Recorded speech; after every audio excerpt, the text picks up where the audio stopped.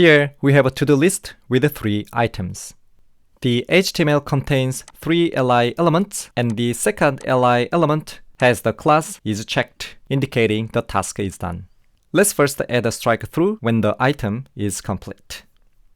And to do item, and when it has is checked class, we can add text decoration line through. But we can make a use of CSS nesting. So instead of doing this, we're gonna have ampersand, which indicates the parent element, this one, and then we're gonna add is checked here. So this is pretty much the same as to do item is checked, like so. Perfect. Our second item is now displayed crossed out. Now let's add an emoji in front of each item to represent each task's status. For completed ones, we will add the green tick emoji. To do that, first, let's add the gray radio emoji. To add the emoji, we're gonna make use of the before pseudo element. So, for the to-do item, we're gonna have before pseudo element, and let's add content and this emoji. And then let's give a bit of margin here as well. So margin, right, 6 pixel. Cool. Let's add the green tick for the completed status. For that, we're gonna add before pseudo element inside when there is checked class. So here, before, and content will be this one. Awesome.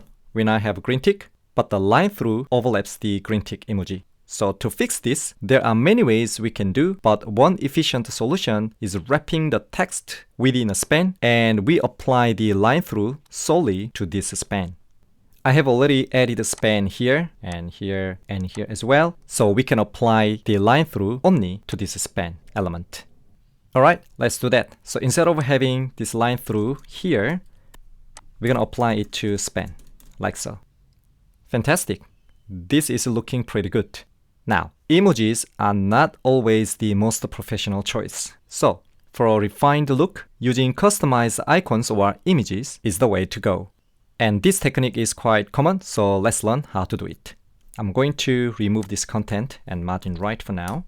And as we learned in the presentation, we can add any styles with no limits to the before pseudo element.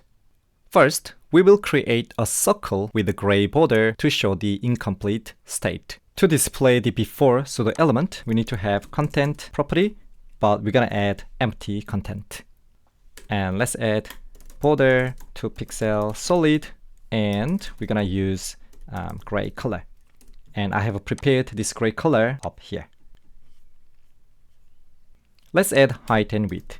Height 16 pixel, width 16 pixel as well.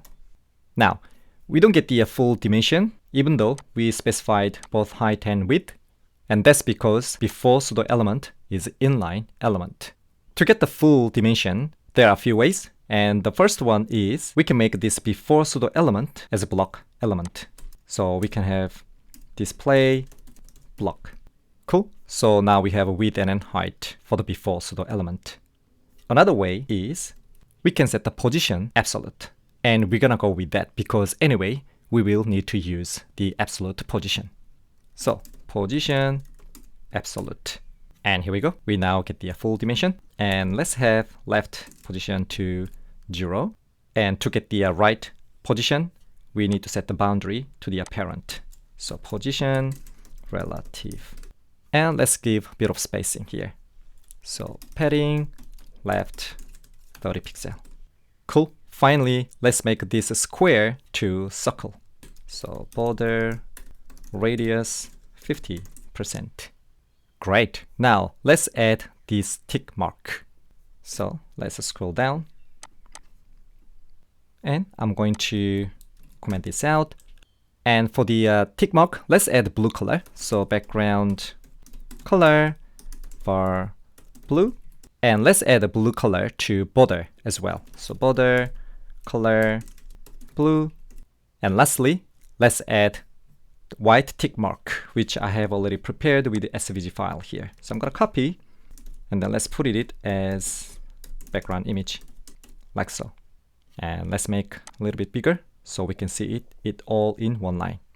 Awesome. this is looking pretty good.